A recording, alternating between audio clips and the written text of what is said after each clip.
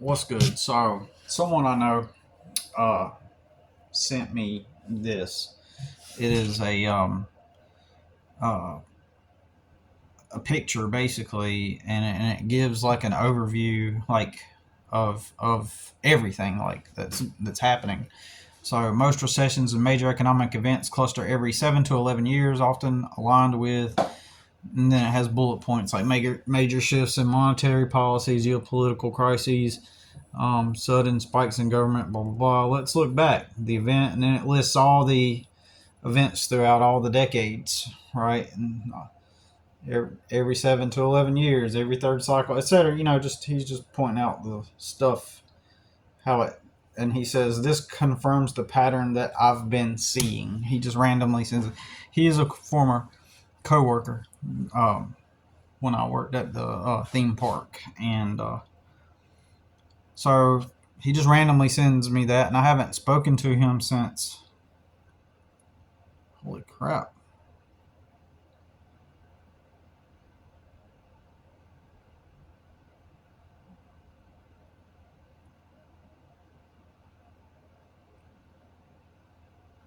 Since November last year. That's weird. I don't know. He sends me that and then says this confirms the pattern that I've been seeing. And I said, I don't know. This is my reply. I don't know if this relates, but maybe a small component within the bigger picture. We were discussing how Eminem and Dr. Dre created the Eminem character, and they began with the most influential type of demographic, poor white boys from trailer parks. When I was growing up as a kid in 1992 at 11, it was normal to listen to rap and hip hop, but odd to see a dude who was white openly dressed in hip hop style garb. We would say he was a gray boy, and they used that demographic to start with to make it more visibly common so that eventually it will become accepted into the mainstream at large. I have pondered whether or not government gets involved in the funding and promoting of some of the clowns in the entertainment industry to help assist in pushing narratives and the molding of collective identity. It truly makes me wonder if my brother was pushed to become famous as a small contribution to dumbing down the masses, even if not, he is an organic offshoot of something else that has been predetermined. Goebbels said if you can get the base idea out there successfully enough, you can count on the people to do the work in coming up with new ways to spread the idea themselves, where you don't have to do as much as the work as you think. Something like that. I know at least certain things in entertainment are promoted in order to push the dumbing down to keep people herded as we flow through these different phases in time, keep them dumb and chasing the bread and circus. What I think of as I read that out, the information thing that he gave me. And so his response was, I believe media and government both are extensions of the archonic forces at work behind the scenes. Yes, but your brother is a mirror for society, a jester, but not one who brings truth, a jester that keeps a low state of vibration. He didn't have to be pushed by anything to gain popularity. The people did that. He was a spectacle of gluttony and absurdity, tortured on the pedestal, then abandoned when the joke got old. He's going to try to pivot, if he hasn't already, to try to either retain or gain a new audience. I knew that. And I could already see him doing that. He was basically, a production company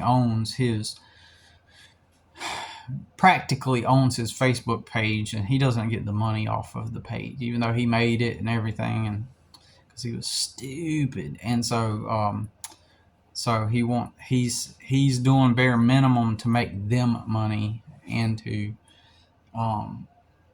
technically he doesn't even put out content, but he could and start making more money working with a production company now that they own it. I mean, he's kind of stuck there. Or he can be defiant and not make content and just kind of leverage that page as a tool for his advancement via other means. So he can't profit directly off of it, but he can use it for popularity to make connections, and pretty sad. But anyways, But yeah, I've seen him, and I've even said what he's saying is what I've posted before that my brother should do. You know, he needs to, if he can't get monetization from his page himself because he doesn't own it, he should make another page that he owns and rebrand. So I don't know if this guy here, has seen my posts literally saying that, but I was saying that he needs to rebrand, like if because he wants to be a rapper, like, oh, I'm gonna have a new song out, and because like occasionally every 4 to 6 months he'll come out with a song, right? And there's never an album. Well, I think there was like one album or something like that, but are people dropping everything they're doing to run out and grab that new album? No, absolutely not. But this dude, he's kind of repeating what I've already said, but he is right, and I do love his wording of it. He probably didn't read what I've written in the past. He's going to try to pivot, if he hasn't already, to try to either retain or gain a new audience, but it won't work. Yeah, I agree. I don't think it'll work either, but it could. It could if he actually took things seriously as an artist, since he already has the leverage of already being famous. If he started like a different page and rebranded, all the people they would see it's him, and he can leverage that to become a full-time musician if he wanted to. He feels a serious person about business and had a work ethic and stuff, but he doesn't, and it won't work. He says, but it won't work because it's not authentic, and you shouldn't. Here we go. All right. Ugh. And you shouldn't envy his 15 minutes. It was not of truth or righteousness. It came from mockery like a circus spectacle. You may have way more to offer if you can heal your shadow self. The bitterness, the cynic, that's not who you really are. And screaming frustration isn't how you heal that. You have to face the mirror at yourself. I see you through the cracks in your armor, and I really like the guy in there, the smiley, whimsical poet that sees humor and beauty in everything. I'd love to see more of him. Then he shows me this video. Nah, it's like look at me. Look at what I had to go through. You don't know nothing about this. You ain't never been through nothing. Y'all never did nothing like this. Cause like y'all had it easy. Like y'all know what it's like to struggle for real. Like y'all ain't never had to go through nothing like this. You ain't never gonna know what that's like. What? I didn't say anything. I know you did. Cause what can you say? What can you really say? Because y'all soft. Like I'm hard body. Like I'm like that. I'm like, you ain't never gonna be like that. You don't. Nah, cause like look at me. Look at what I had to go through. You don't know nothing about it. You ain't never been through nothing. In reality, they do say things. Oh yeah. You're minding your own business, having it hard, and those people, allegedly, they're all just standing around not saying anything. Oh yeah, they do. Not only do they say things, they do things. So now that I'm rewatching it, that's what I'm thinking. So I gotta pull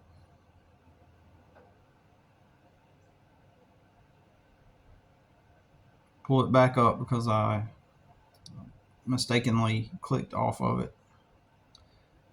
So then he sends me that video, and then he continues. The trauma. After he sends me that video, he says, the trauma martyr. Yes, there's value in struggle, but only if you learn from it with it. Use it as a tool. Once it becomes your identity, then you lost yourself and the purpose of the pain. That kind of took me aback because I don't know why he just started saying that, right? Everything that he's delivered to me so far, I don't. My first impression is honestly, and I didn't tell him this obviously, but I felt kind of like an uneasiness, where it felt like. It felt off. It felt like it was unsolicited advice, like out of nowhere. Like Where did this come from? When did I say I was envious of my brother? Oh, so to that, I replied, "That's funny, and I get the point, and I see talking about the video, and I see how I can be perceived as doing that. However, I actually have been actively attacked frequently throughout my life, and not just somebody having an opinion. I mean, actively attacking at the low end, people creating rumors and lies about me at the extreme end, and having my life actually threatened a little over 6 months ago. I'm the type of guy, and that's true.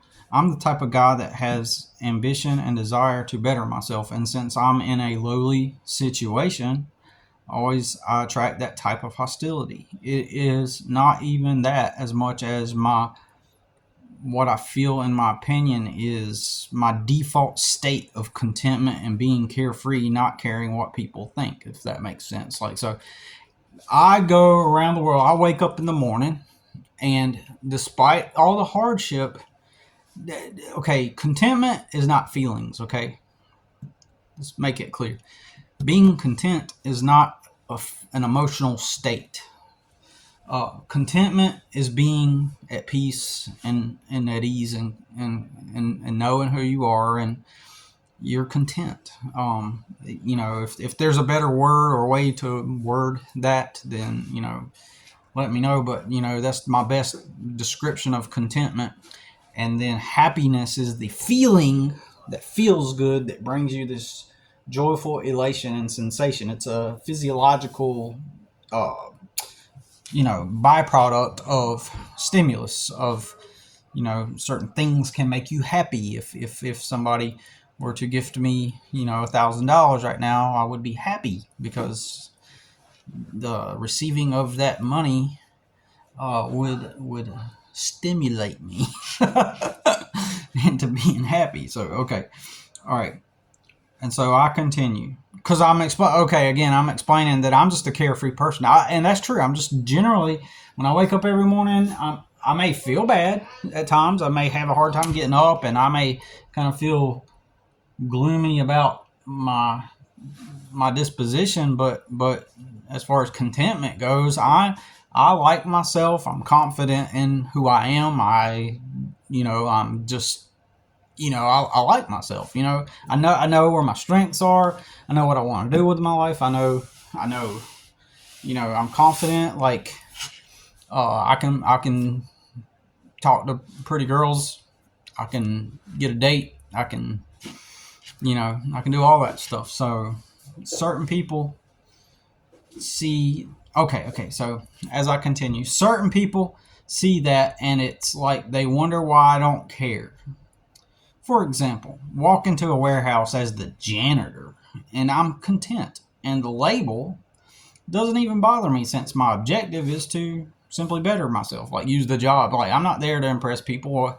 That's the job they gave me, and so I'm just going to go do the janitor work, because my aim is not to impress these people in the warehouse, not to try to build my life to impress everybody else. My aim is to work here and take the money and use it to better myself. That is my only sole focus. I don't care if you look at me with the mop bucket and think that I'm some creepy loser, right? Certain people see that, and it's like they wonder why I don't care. For example, walk into a warehouse as the janitor, and I'm content, and the label doesn't even bother me, since my objective is to better myself.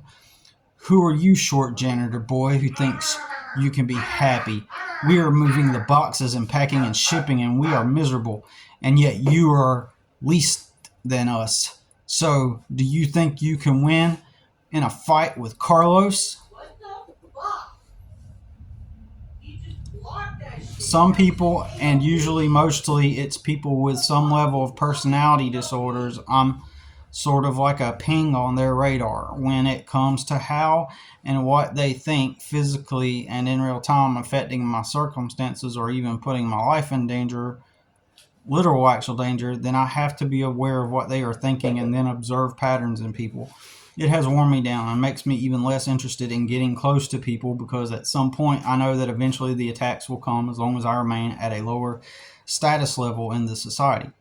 Not saying it's better once you do have financial stability, but it probably kind of is. I observe the middle class, while they still have their drama and problems, the prevalence of the complete infantile nature of being segregated into the lower echelons of the society make for an ongoing immersion into a massive adult daycare where there are no workers there to manage their behavior.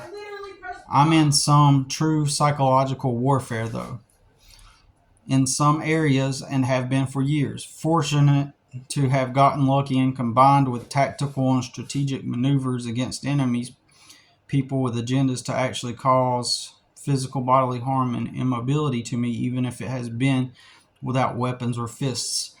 The goal is to get out as soon as I can and exit the immediate environment. If I can leave this city, even better, even though I do actually like it here. Most people aren't that bad, they simply live in a delusional bubble reality.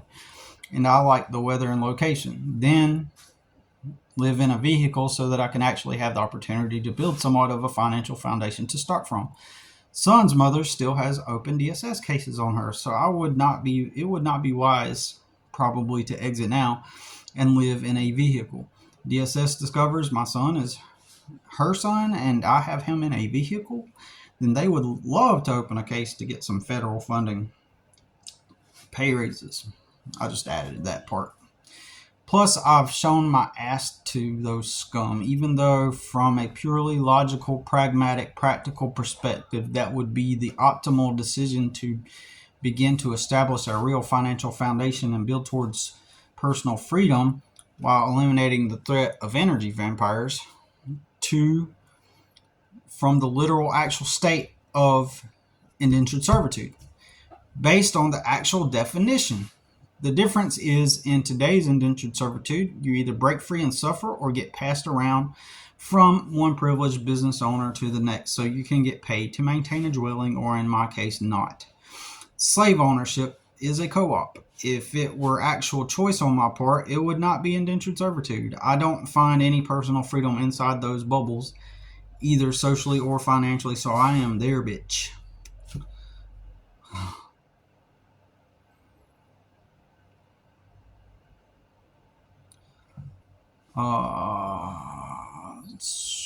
I do what they say. They cut me their check, and I've just thought their son, and I've just bought their son another month's worth of groceries. Even if one did pay me just enough for a dwelling at night with a bed and shower, I would be stuck in that redundant, literal indentured servitude due to my status and economic level. I tried to condense everything into a precise summary. So, so when I made reference to like, oh, do you think you can fight Carlos? Well, that literally happened at the place, the warehouse type of environment. Like they literally started asking, could I fight X or Y person? This place had locker room and everything. And everybody had lockers. It was just high school 2.0 or middle school 2.0. Not high school, but middle school 2.0 around a bunch of stupid fucks. And, some of them were actually not stupid fucks and they were cool people. But I'm just saying, like, the same middle school mentality was at that job. And next thing you know, you got this one guy asking me, could I fight this other dude who's like look, probably over 6 foot tall. And me being as crazy as I am, I said, yeah. And I'm not going to say what else, but I was like, yeah, I just said, yeah. Okay, let's keep it simple. And but just the fact that even happened, right? Because I could tell it was like the same energy from middle school. The big tall dude, he did not like me for whatever reason. Like, and I could feel it emanating from him. I can feel his low hum, small town energy. Just emanating from him in this hateful way. See, he's part of the crowd. He fits in, and he's at his warehouse job, and and he's got bills to pay, and he's a normal person, and so I'm this weird janitor guy, and so And so because he has no life, he clocks in at his warehouse job. He does his thing that his boss tells him, and he clocks out and he goes home and he follows the script, and he follows the script, and he has a meaningless life. And so he sees me just minding my own business, being the janitor, and so they got to start something. They got to find who they perceive to be the weak one. See, it's all about perception. No matter, they don't know me, I don't know nothing about me, but because I'm the janitor, why did I do that job? Because my son lived up near where that job is, and I was going to attempt. It was like an hour drive away, and I was going to attempt to move up there. So I worked there for 3 months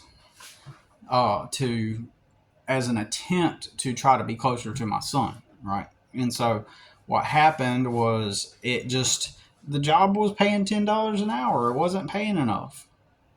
That was back in 2019, I think. Yeah, 2019, about the spring of 2019. And so, yeah, I have actually worked real jobs, because that's a real job. Me working for myself, that's not a real job. That's but if you work, they got a logo on the building, so they're a real job, right? So that the authorities place there. And so I thought, well, I'll continue doing my landscaping stuff on the side and go to my Monday through Friday janitor job 8 to 4, and and just try to leverage that as my main source of stable source of income. And all I did was pay for gas to drive up there, and just made just enough money to drive up there, have some groceries, pay the child support, and just there was never any extra money. Like, when I say, it blows my mind people don't comprehend what I'm saying when I say there was no extra money. When I say there was no extra money, that means I get my paycheck, I pay my bills, my child support, fill up my tank of gas, get the things I need, boom, no more money. There is no money left over, right? There's not savings. That it's just, and as weird as that sounds, like, and I say it over and over again, as weird as that sounds, like, people still don't comprehend that. They can't comprehend a reality where you're clocking in at your job and you get your paycheck and you don't have any money left over. It's so crazy. So I just drive up there every day, and and I was going to try to attempt to scout out different places to, like, I even thought about getting a part-time job somewhere, but the only problem is I lived out of my truck, and I didn't have anywhere I could, like, the safest place for me to park at that time was outside of my mother's trailer. So I did park my truck outside of my mother's trailer. You could argue and say, well, that's not being homeless. It kind of is, but either way, I lived out of my truck. Let's just put it that way. I resided in my truck, and I got showers at the gym. Okay.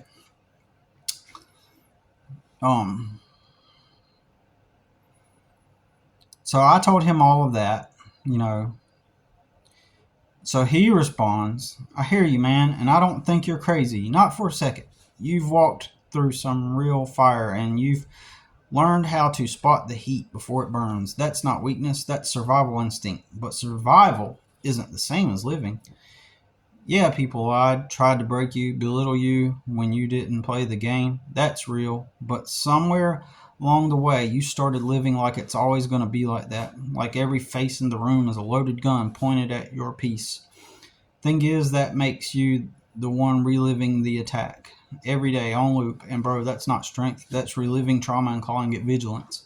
I say that with love because I see the guy underneath all that. The sharp thinker, the poet, the one who jokes and sees through the bullshit with a grin. You used to be that guy full time, not just on good days. I want to see him come back. You don't owe the world your rage anymore. You owe yourself your peace, and your son needs a man who doesn't flinch at every shadow, not because, and that sound kind of weird, not because the world got safer, but because his father got wiser. It's weird to me that he's randomly just start spouting off some advice I didn't ask for. It makes me wonder, honestly, for real, like, I wonder where his mindset was that day, like why did you just automatically start? And the thing is, I agree with all the stuff he says, but I'm not. Why is he assuming I'm flinching? So it's almost like he's trying to mentally put me in a state of weakness. It feels like, anyway. Um, so I don't, the only thing is I don't want to assume intent. I don't want to ask him either, frankly. Like, I don't want to go back, hey, remember when you started messaging me this stuff, like what was going through your head at that time? How did you feel? What was going on in your life that day? I kind of just don't want to do it. And I don't know, it's just kind of weird to me. Like he's kind of assuming a position of authority over me in a way. Does that make sense? It's almost like he's assuming a position of authority, like an authority, as if like he's this person in my life that's going to give me some life advice, out of nowhere. But here's the thing. So before I sound too much like I'm an a-hole, maybe he feels that we're on that level, kind of, right? Like, since we've kind of chatted in the past. But he's never done that. He's never like, I've asked him his opinion on things and stuff, and we've discussed, but I've never went to him as a person and go, hey man, can you really give me some advice? Can you really help me out with it? Like, but I have asked him his opinions on stuff, and just like nothing like deep like this. Like, this came out of nowhere, to be real with you.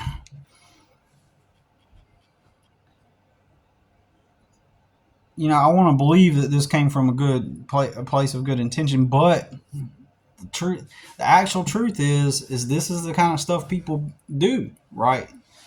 When you're in the low position, and you don't have a support system, and including on top of that, you got literally people around you that are either attacking you, or they've been trying to attack you, your whole life, right? Practically, especially, during the past 15 years of my life, right? So I responded back to him, and I said, I'm still in the midst of chaos, though I maintain it. A constant daily chore. I will be able to get back after war, or at least when not in the midst of a current daily necessity to strategically work toward getting out. I am grateful you can see parts of me people don't or refuse to. So I didn't know what to say, because I was just like, I just wanted to acknowledge. Maybe I should not have acknowledged it, but because it was unsolicited. That's the only issue I'm having here, because I didn't ask for all this. You know what I mean? And all of this I already know. It's like, I'm of sound mind. I don't need people to be. I think I've even mentioned on this channel before how people will do this type of thing. I think there's been some videos where I talk about how people just assume that because I'm me and how they perceive me, then I'm the person that they can start talking this way to. You get what I'm saying?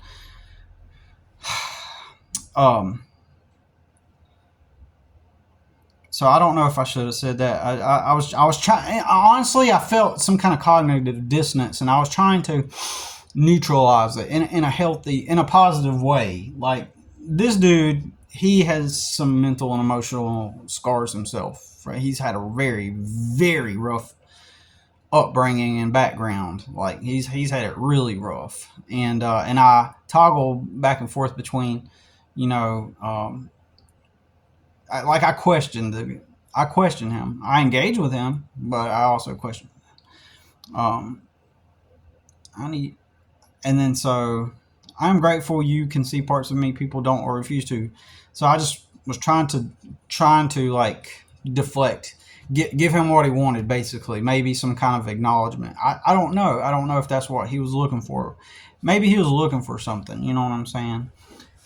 So I said, I need freedom, and while I need others from a general sense of the need to belong, I need first freedom, then solitude to recoup and regather. Hold that thought.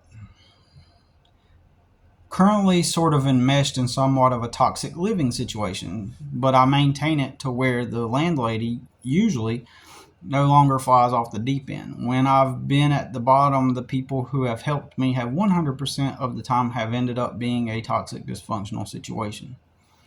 My semi-rental, semi-property upkeep agreement with this lady keeps me stuck here. I have made just enough to pay her what I owe her and maintain the property, but I don't have savings or leftover money for things. One guy offered to pay my hotel room and that he would get me a job with the union, allegedly making $3,000 per week, and I would begin paying him back beginning with the first check.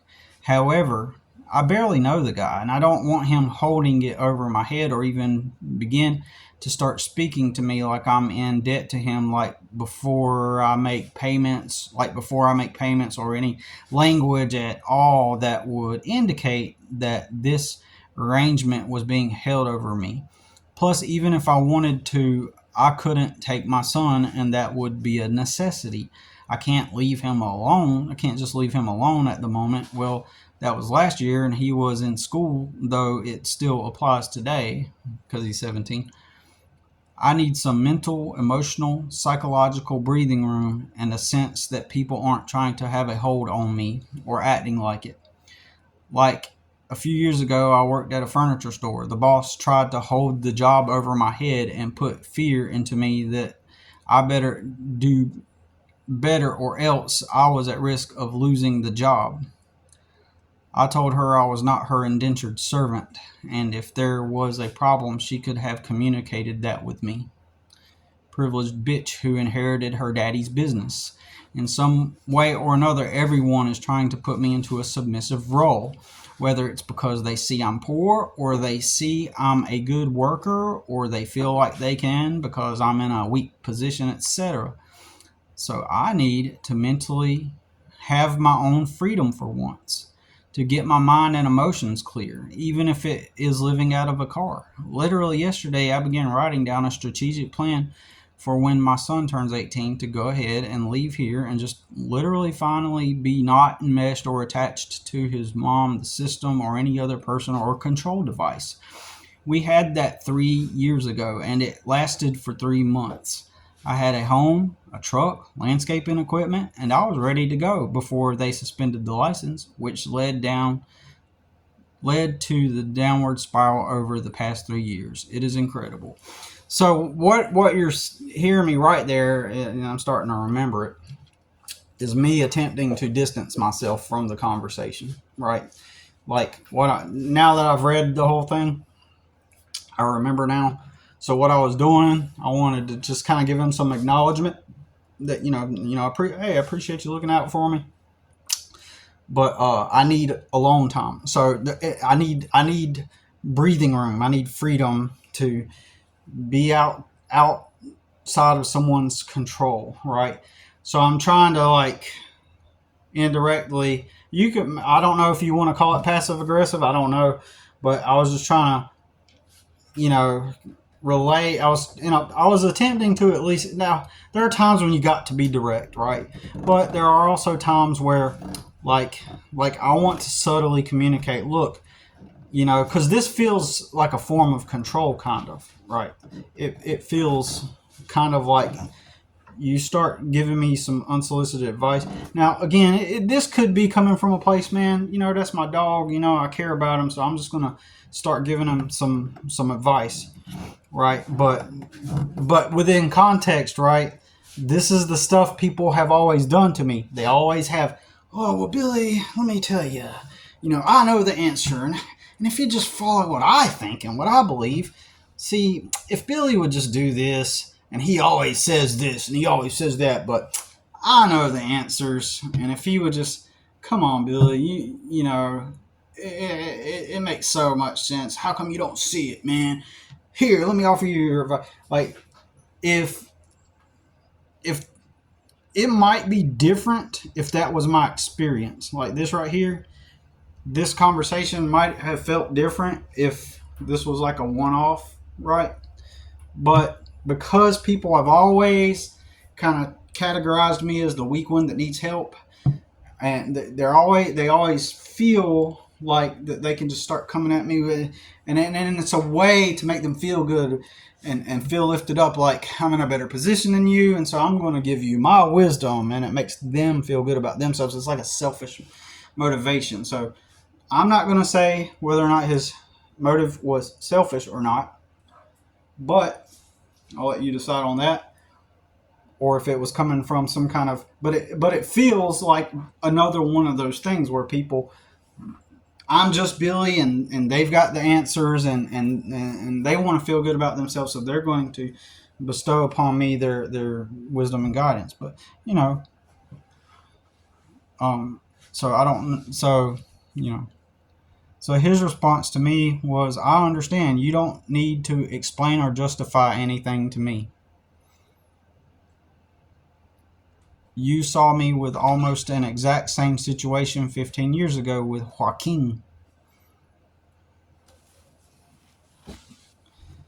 The dude literally put a lock over the thermostat, brought in a washing machine and dryer that only worked with coins, and tried to set a curfew. This dude that he was staying with when we all worked at the landscape, the theme park, doing landscaping.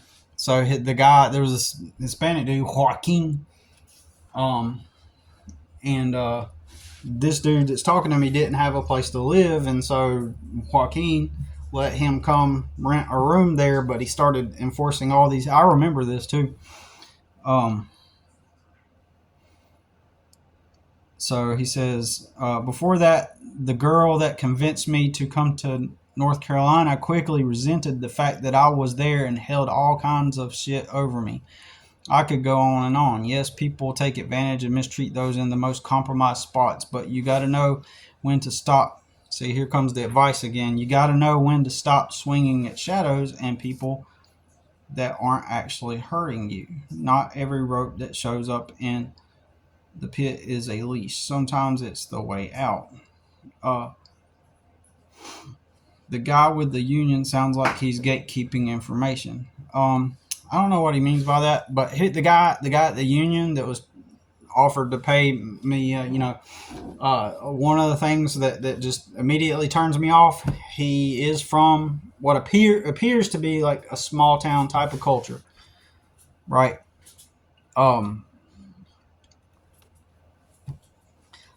Small town, smoke cigarettes. So when you see somebody that's just a regular cigarette smoker and they're not shy about it, and they're just like, yeah, I smoke, and here, let me get a cigarette, and then they just, can't trust people that smoke. I know that sounds weird. A lot of people be like, man, I know, man, smoking is, man, everybody that smokes are these social people, and they're just like, yeah, they're just social, man. They just smoke. They just social. They're all cool, plus smoking's cool, right? And social, no, I don't see that. I see someone, when I see someone that smokes, I see someone with not with a vice, not just with the cigarettes as a vice. I see someone that needs relief. Now, they say, and this is true, I will have to agree. I mean, I'm assuming that it's not false that smoking cigarettes will increase your testosterone, okay? It gives you a testosterone boost, right? So, guys will be smoking and then they get, increased testosterone. Okay, fine. I don't care. I still, it might be because of how I grew up in filthy trailer parks and every single motherfucker smokes. So, I don't trust. I can't. He said the dude actually seems like a legitimately cool dude. He just smokes and he's a Southerner, and that's part of the Southern culture. Midwest. Well, I don't know if Midwest is still considered Southern. The state he's in, it's Southern. It's a Southern state, but it's Midwest. I don't know if you can classify Midwest as Southern. I don't know if that's the same thing, right? But yeah, I don't trust. I can't. Anybody that's a dude that just is hanging out with bros and smoking cigarettes, and they don't think, hey, cigarettes are bad, or they're nasty, or these are filthy, or these represent poverty, and they're just like, yep, well, time to go get me a pack of cigarettes. With that kind of mentality. No, I can't trust people like that. all you people that smoke and no smokers. Like, I grew up around smokers. Everybody the fuck around me, my parents, grandparents, everybody, teachers, school bus drivers. When I was in kindergarten, the teachers smoked. Okay, when I was in kindergarten and it was recess time, my teachers would sit in their 2 chairs and watch us in recess, and they'd fire up the cigarette and they'd be just smoking. Right, 1987. Right, so yeah, I just too much, no trust in not cigarettes, right? But and I just have so many bad experiences. I do not see filthy poverty symbols of poverty as anything positive or trustworthy. They create distrust. It's fakeness. Social. They're just social. No, it's fakeness. They're trying to soothe something. Okay. And that tells you everything. The fact that they're trying to soothe everything. He says, I'll go ahead and go over this again. Yes, people take advantage and mistreat those in the most compromised spots, but you got to know when to stop swinging at shadows and people that aren't actually hurting you. See, so basically, it's almost like I made my point earlier. Like, I confirmed the truth of the matter. And so that statement is sort of like a denial of what I previously said. Or I could interpret it that way, right? That he's, what's the word, rebuttal? Or refuting? Or, basically saying,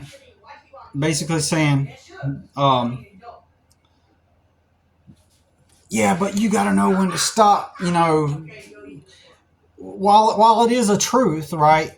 It's almost like he's. I guess I'm repeating myself at this point. He's just trying to say, well, actually, your point isn't valid, and you're really overthinking it, and you got to know when to stop. You got to, But so he's. You get what I'm saying. Not every rope that shows up in the pit is a leash. So, but because I'm sitting there saying, yeah, a lot of the time it is when you're in my position. Like, now this dude's different though. So he can say this stuff, but he's over 6 foot tall. He used to be a male stripper. And he's known as the ladies' man. And he at one point had an attorney or a lawyer as a partner, as a girlfriend, and lived with her, and they were a couple. She did her job, he did his day job, and they were basically like in practice a married couple somewhat. So and he was the ladies' man, and he walked on that job and at the theme park. He walked in on that job at the theme park, and guess what he did? He just started goofing off and acting silly. And his job was just like my job. Just a crew member, basically. You had a crew leader with a couple guys under him to go mow lawns and do landscaping work, maintenance and stuff. And so this guy that's talking to me, he came in and all tall, just goofball, like overtly masculine, just this masculine, and he'd stand like this and be like, well, yeah, like that, back then. And so at the theme park, so what he started to do is he started to hobnob and buddy up with the supervisor. So next thing you know, it's break time, so we start heading in for our 15-minute break. When we arrive, he's already in the office with the manager or the supervisor, and guess what they're doing? They're watching funny videos. They're watching YouTube, watching funny videos. Next thing you know, remember, I'm getting paid $9.50 an hour to start, and I'm weed eating and mowing for the most part, and I'm on a crew, and there's a guy over me, and tell me what to do. Always put, Bill, come on. That kind of bullshit. Fucking bullshit. And next thing you know, this guy, he just started. Next thing you know, he no longer has to be on a crew. He's in a truck of his own, one of the trucks inside the park. Inside the park, none of the maintenance vehicles and trucks are like registered. They don't have like tags and stuff because they're not meant to be driven on the road. They're literally just meant to work inside the theme park, so they don't have tags or nothing. They're just tools, basically, effectively. And so he's got his own truck, and at this point, and because he wants to be free and do what he wants. And he even told me he fucks off. He even told me that, like, for example, one time, there's the supervisor he messes with, and there's a guy above him. And so this dude told the big guy, like, the big guy walked up and said, hey, what you doing just sitting around? He's like, oh, well, I was actually headed to go do it. And he made up this project. He made up, like, some kind of project. And hey, I got to fix this, like, thing that got... And he goes, oh, okay. And then and he was laughing about it. He was like, and I told him that. So basically, this dude literally got to just ride around and get paid eventually. Because, he's one of those characters, right? So he's one of the people that act like that. And they get away with stuff, and they hobnob and they goof off, and he's aware. I've told him this. I've told him, like, that the moment that I saw him come in and work there, like, I told him at first I was a little bit annoyed because I've seen it a million times how people just show up at work and they get to just not work and just get the fuck off and get paid not do anything. And I was annoyed, but, like, really, I don't care. I was like, in fact, I see some wisdom in, not wisdom, but, some kind of truth within observing that, how working hard is not what gets you anywhere. Everything's just BS, basically. And I learned a lot from just observing, this guy right here. So... Guy with the union sounds like he's gatekeeping information, but there's plenty of on-the-road work opportunities that pay very well, pay per diem, and cover hotel expenses. I know that because I've already done that. He doesn't know that I've done that, though. He said, mostly in fiber and power and pipe work right now.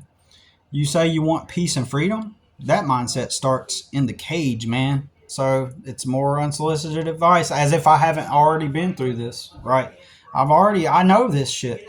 But what he's effectively saying, you've got to go through this hardship, and sometimes you have to endure, a time of being caged. Sometimes, like, for example, you got to go back to the job because the job's going to pay more. And so that's basically what he's saying. And technically... he's right in the sense that, yeah, like, for example, the most pay I ever got actually was I'd make $485 a week, but I traveled. Put the job I talked to y'all about the other day, where we were at the Walmart and we changed the filters on top of the Walmart stores, right? And then we go inside and some of them and vacuum the grates out and get the dust out from the grates. That was the most I ever got paid. I got paid... $20 per diem a day for food, and then my pay. So it came out to $485 a week. Which you got to think, I'm using a lot of that for my lunch. So I'm using money for my lunch throughout the week, and then on the weekends I'd be back home. So and then Monday morning I'm back up there, and we're traveling all over the Southeast, and that's when I used to go into grocery stores.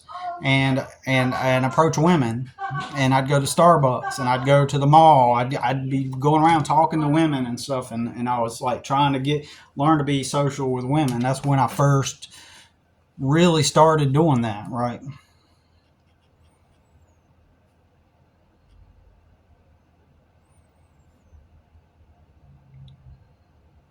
At some point, you have to stop, realize life isn't happening to you, but around you, and learn how to navigate the way out. That's just like a generality, you know. I've literally been there. You used to talk about manifesting. You were already on the right track. So he's telling me he's congratulating me on, you know, being on the right track. You know, you just didn't realize. I didn't know that what you were looking for was inside you the whole time. I know that sounds like a load of shit, but it's the truth. Your answer out is in. Man, part of me kind of feels bad because, you know, I should doubt my own perceptions, right? Even if it doesn't feel right, I should question myself always just to make sure that I'm not being the ass and making assumptions about someone with good intentions, right?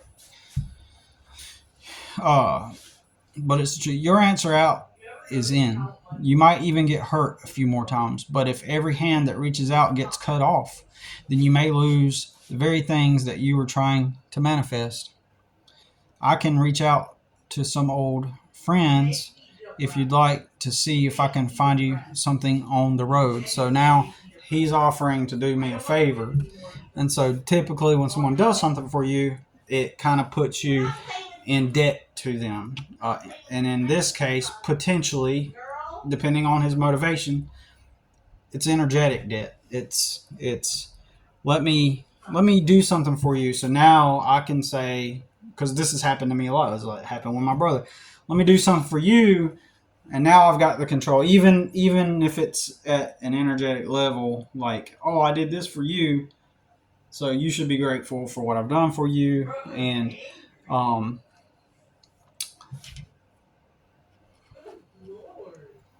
so in a way, it feels like an energetic trap.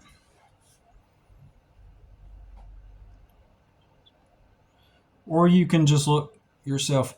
Even entry level positions pay loads more than any small jobs where you live. Or look into journeyman skilled trade groups on Facebook. I know they're dying for people with your work ethic. You know what's funny about that? Like, he sees my posts on Facebook. I by now, because I've been connected to him since I worked with him in 2011, 2010, 2011. So, and about, I guess we connect, he sent me a friend request maybe around 2012, 2013 or something. And so, he knows the stuff I post, and, he knows I don't want to work for other people, but he is going to offer the favor of helping me improve my situation by helping me get a job. And he knows that I don't want to work for other people. So why is he doing that? Now, don't get me wrong. As I mentioned in other videos, if the right opportunity came along and it would help me to escape the wage, that being clocked in and of itself is the slavery. Being clocked in, they cloak it with, oh, that's your job, that's the way you make a living. They cloak it with that, but that's not true. It's literally not true. You're not making a living. You're living there, and it may or may not allow you a place to reside at night, right? That in and of itself is the slavery. I will stay firm on that, and I'm going to keep preaching that. The act of being at a facility and moving the boxes for them, or doing the task that they told you to do, is in and of itself the part of being enmeshed into the system. That is it. That is the slavery. Okay, it is. That's where they want you, right? They want you enmeshed. They want the collective that way. That's why Trump signed that order to to be more fierce with nomads and the homeless, because it kind of forces them not to get a job so they become better people and provide value to the economy, but the side effect of the bad economy is homelessness and the need for a nomadic type of lifestyle, even if it's temporary. But what the side effect of that is those people that experience that, and if they start experiencing that in the millions, they become aware of the script because now they're outside of the script, having to survive, realizing that that script isn't going to work for them.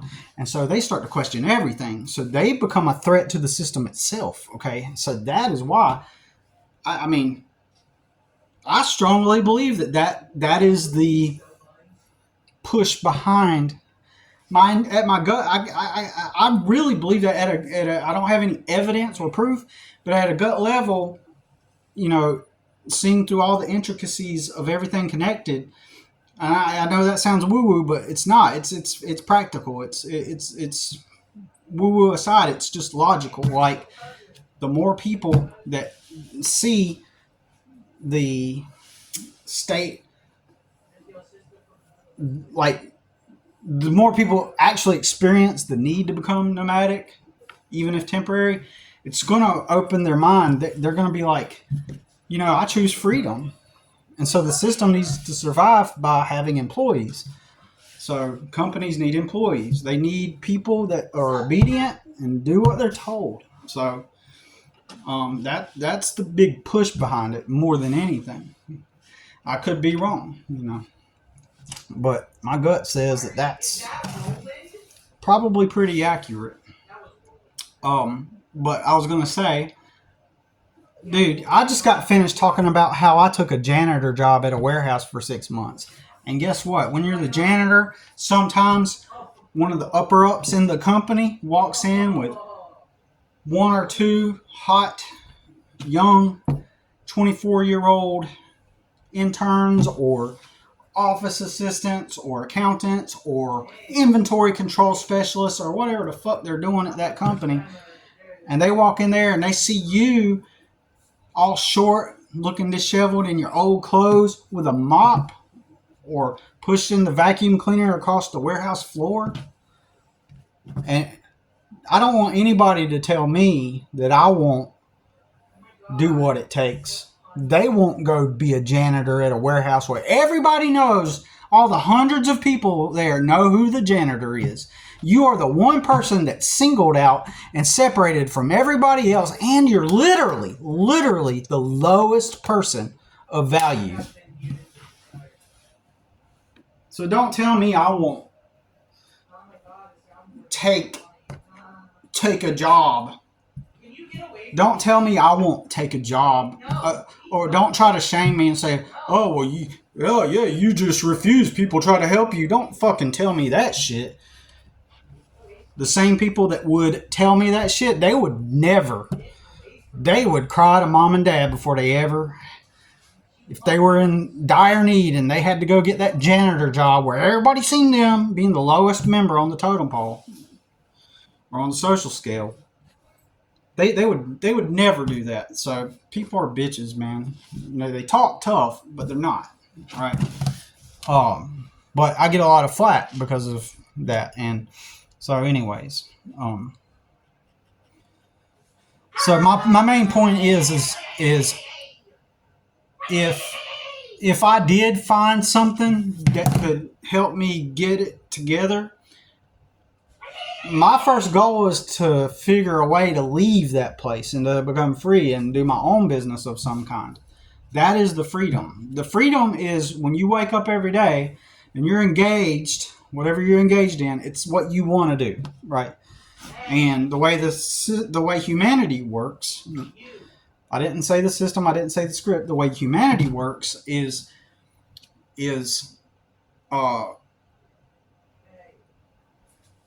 we naturally are inclined to want to be free and do what we want.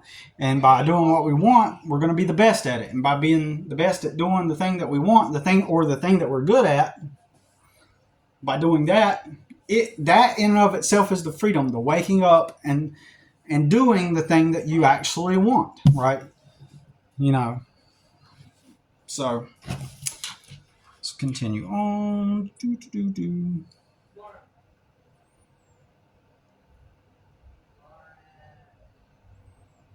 So we're moving on. I know that sounds like a load of shit, but it's the truth. Your answer out is in. You might even get hurt a few more times. But if every hand that reaches out gets cut off, then you may lose the very things that you were trying to manifest. I can reach out to some old friends if you'd like to see if I can find that. That just kind of rubbed me the wrong way. It just kind of come off as like, you know, that I don't want to work for other people, but if I deny that, now I'm the bad guy, or I'm the irresponsible one because I'm refusing to accept the help. So it puts me in a double bind, you know. So if we were in a group of mainstream people that don't know anything, no shit, what would they conclude by me denying that offer? Oh, well, you're lazy, or oh, you know, he's trying to help you and you won't take it. So it's kind of like a double bind. He's trying to get something from me, compliance, and I'm getting shamed for denying the person who is trying to gain some kind of control over me, right? Even if it's psychological control. So, you know, once again, maybe I've just been so experienced with people trying to control me, which is exactly what I'm explaining to this dude. But I'm deflecting and he's coming back at me, right? You know, he continues to do so. Well, you might ask yourself, why am I friends with him on Facebook? That is a very complex. The simple answer is I didn't think nothing of it. I was like, okay, former coworker, and I accept their friend request. But I'm not going to make enemies of people either, because if I make enemies of people, they have more leverage than me over me, right? And so, it's not necessary. It wasn't never necessary to make an enemy out of this dude. In other words, he was just. But by the time I left that business, that company, I mean, or whatever, I didn't care about him. Like, I don't mean that, like, oh, I don't care about him. I mean, like, I could care less. Like in fact, by watching him fuck off at work and not do anything the whole time he worked there. Oh, also, it was revealed to me that he started after me, like a year after me or something like that, or sometime after me, and he was getting paid $1 more than me. Yep. And in my interview, when I went to the interview, I told the supervisor, I was like, I got another job opportunity. It pays $11 an hour. And I was like, is there any way? I was like, I would like to come here. That way I get to walk outdoors, you know, and not be stuffed in a warehouse, because this warehouse was going to offer $11 an hour. And I said, is there any way I could just at least get $10.50 an hour? And he said, yeah. The supervisor said, sure, yeah, you know, we can put you start you off for $10.50 an hour, because the starting rate was $9.50 an hour. 2 weeks later, I got my first paycheck, and guess what? It reflected $9.50 an hour. The motherfucking bitch lied to me. And let me side note here. Bad things happen to people. I don't know if you've ever experienced this. Have you ever experienced like bad things happening to people that mistreat you? Also, that supervisor used to make fun of me a little bit, like, you know, kind of in a way where like he'd do it behind my back, basically. So I could not confront him about it, you know. But long story. But that dude ended up getting his fingers chopped off. I can tell you a bunch of people that have done bad things to me, and then bad things have happened to them, right?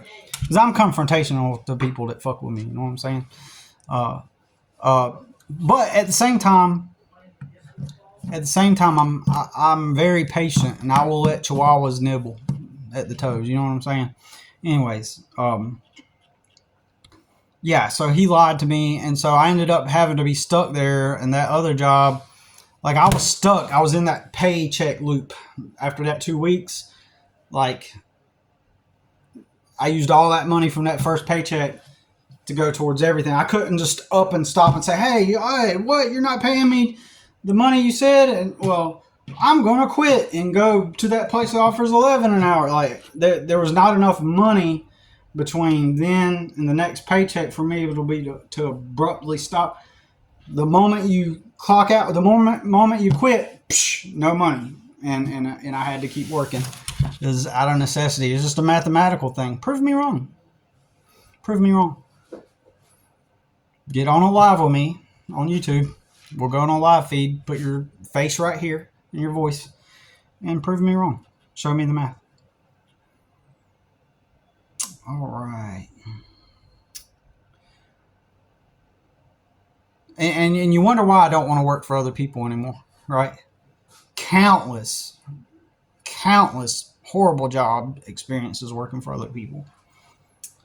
So he says, or you can just look for yourself the jobs, even entry positions that pay more, blah, blah. We're looking to journeyman skills. He's like giving me all this advice about like life advice on how to get a job. And he knows that I don't want to work for other people. I always talk about it. And with your experience in finances and having the budget, you'd be able to live comfortably in no time. I wish live comfortably in no time. No, I wouldn't.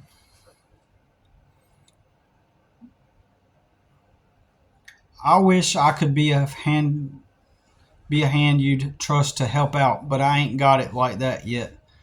So it's almost like I can't say this, but you could interpret that as a means to try to like hide what his intent is. Like he's attempting to extract loose, to control me using these words, but he also wants to make it look like that's not what he's doing. So he'll say, oh, well, I wish I could help you, because by this time I've kept replying in a way to push him back. And so, he's softening it. All I can offer is a mirror that sees the man behind the bitter.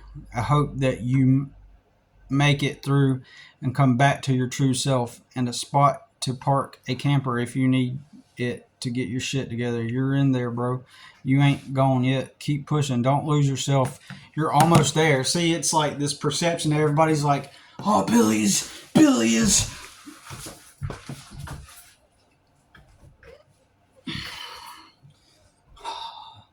Billy is in this existential crisis.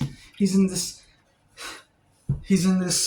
chaotic realm of eternal loathing and self-doubt with no hope for the future. So that's what that sounds like. It's just like people need to project that onto me. I'm telling you, man, everything I've always said on this channel is true, the way people are. And I'm not just making it up. It's just facts. I said, oh, and I left it at that. I didn't reply to that. That's it. I didn't reply to that. So I just left it at that, because it wasn't, at this point, I felt it was something I did not need to put energy into, right? I was like, it's not going to be a good thing if I put energy into this. But he's like trying to make it sound like every day I'm just in this loathing state of self-doubt. And I don't mean to like drag it out, but it's just, I'm trying to put it into words. But people are always trying to assume how I feel. They're trying to assume where my state of mind is. Man, I'm a strong motherfucker. You know what I'm saying? Like, I get through it. I mean, it does suck and it does feel bad. Don't get me wrong. I feel bad at times, but dude, I'm tough, man. Like, the other day, Kurt said he saw the look on my face whenever the truck wouldn't start. And he's right. And I think it's cool that he noticed, like, so in that moment, that first impression, I'm just like, so he's right. Like, he's seen that expression on my face. And so what I remember feeling in that moment was, it is what it fucking is. Because I've been through it a million times. It's like, that's just the nature of this position. But yeah, maybe at some point I can, after he turns 18, maybe he can do it too. Like, we can find some kind of, I've thought about my buddy that stays up in Alaska. I'm going to weigh my options. I still think the most optimal means for freedom and the ability to build and move forward is to live out of a vehicle. So, and I've thought about going up to Alaska and working up there for one of these companies where they've got these pipes. This is what my buddy, my best friend does. And so they got these pipes that go for miles, as oil pipes. And they have to replace the insulation on these pipes. There are so many that there's so much insulation and so much pipes that the insulation constantly has to be removed and you put the new insulation on. So there are whole companies dedicated to removing old insulation, putting the new insulation on, and insulation, right? And realistically, when I was younger, I should have did that, but I wasn't thinking at the time. I was still like, yeah, I'm gonna go get me a warehouse job Monday through Friday. Eventually I'm gonna find that good Monday through Friday job, and then once I get stable, I'm gonna build from there. And it never happened, right? And so that was my idea of how things would work back then when I was young.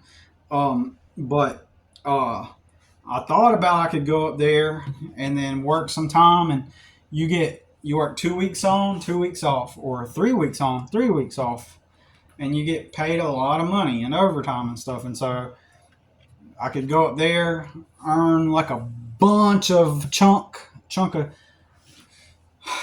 money, and then have some, and then quit that job. And once I have like kind of like a cash load, and then use that money to start my business up, right? Or to keep it going. What I would end up having to do if I did that would be to work 2 or 3 weeks up there, fly back to the Carolinas, and then do my business and let my customers know I'm back every 3 weeks. 3 weeks from now, I can come and work. But that would mean, see, up there you work, like, for example, 7 a.m. to 7 p.m. Sunday through Sunday, right? 7 a.m. to 7 p.m. Sunday through Sunday for 2 or 3 weeks straight. You don't get the weekends off. You work every single day. And, physically, what kind of impact would that have on me? And that's why, in my opinion, it's best to live out of a vehicle and take the money I do make and just start putting it back into the business and grow. Get rid of the expenses that are holding me back, and then just grow. Anyways, what did you think about that conversation? Did you sense that there were undercurrents of alternative motives in his message at me? Because all he did was send me a list of things that are happening, and then I brought up a chronological a list of how things are happening in the world, and I responded, and then I used my brother as an example, as like how they're promoting stupidity. And then he just starts to go on this thing where he starts to just, give me advice. So what do y'all think? Do y'all think that that was from the heart, and he it's almost like he feels like he has this position over me, or at least in that moment he did, like he has this position and he's going to let me totally unsolicited, like he's going to let me know where I'm at. He's going to help me solve my problems, right? As if I'm not self-aware and can and rationalize and do shit on my own. And or is it just me? Am I in the wrong? Or am I confused? Or is there something wrong with how I'm thinking? Or let me know. I appreciate you watching. This is probably one of the most interesting videos. So talk to you later. Peace.